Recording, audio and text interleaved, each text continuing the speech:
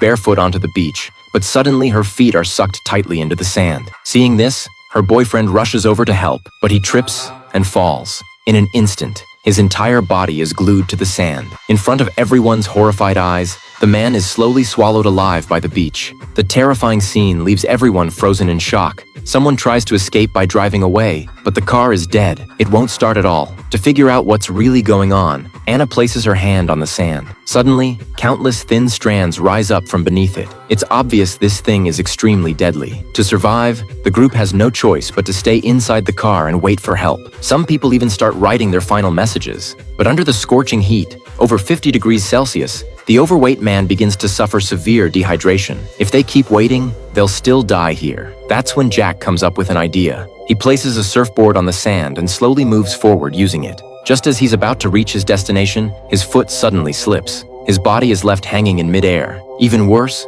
the surfboard starts sliding backward. Jack struggles with all his strength, but the sand doesn't let go of its prey. Tentacles shoot out and launch an attack on him. At the critical moment, Jack uses all his strength to jump onto a table, barely escaping death. But his stomach is still slashed by the creature. The intense pain quickly knocks him unconscious. The next second, the monster starts attacking the car. The overweight guy tells everyone to call for help, but unfortunately, they put all their phones in the trunk during last night's party. Left with no other choice, Jenny makes a risky decision. She carefully steps onto the bumper, grabs Mary with one hand, and uses the other to insert the key into the car. She finally opens the trunk, but there's barely enough space to stand. Just then, a police car arrives. Startled by the siren, Jenny loses her balance and falls onto the open trunk. Her fingers get painfully trapped. The others quickly shout for help and warn the officer that there's a monster in the sand and he must not get out of the car. But faced with such an absurd claim, the officer doesn't believe them. He opens the door and steps out anyway. Strangely, the creature doesn't attack him. That's when they realize